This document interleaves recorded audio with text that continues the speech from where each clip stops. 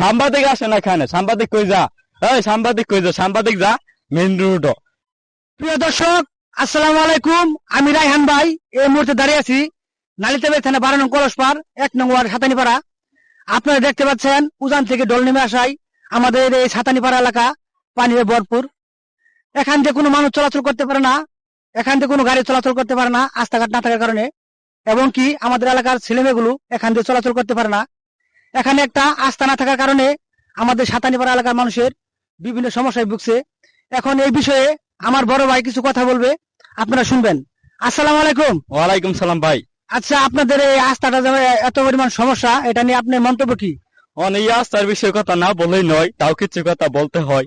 দেখুন, পাওয়ার জুতা পাওয়া পরে যাইতে পারি না, আতু করে নিয়ে যেতে হয়, তাই আমি আজকে এই কথাটা আপনাদেরকে বললাম।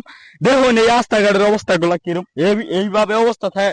যদি 195টা গ্রাম, 195,000 গ্রাম যদি থাকে, তাহলে সবচেয়ে খারাপ এলাকা হইলো এটা সাতানিপাড়া এলাকা।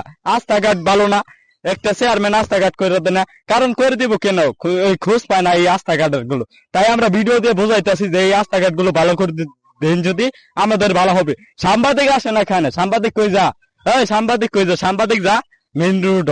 মেইন রোড যদি সাংবাদিক যা তা আঙ্গের কামে লাগবো। তাই আমরাই আপনাদেরকে বলতেছি এই রাস্তাঘাট গুলো যদি সরকারের কাছে যদি এই ভিডিওটা যা, তাহলে এই রাস্তাঘাট গুলো আমরা পাবো ইনশাল্লাহ। তো এই বলে কথা শেষ করলাম। আসসালামু আলাইকুম।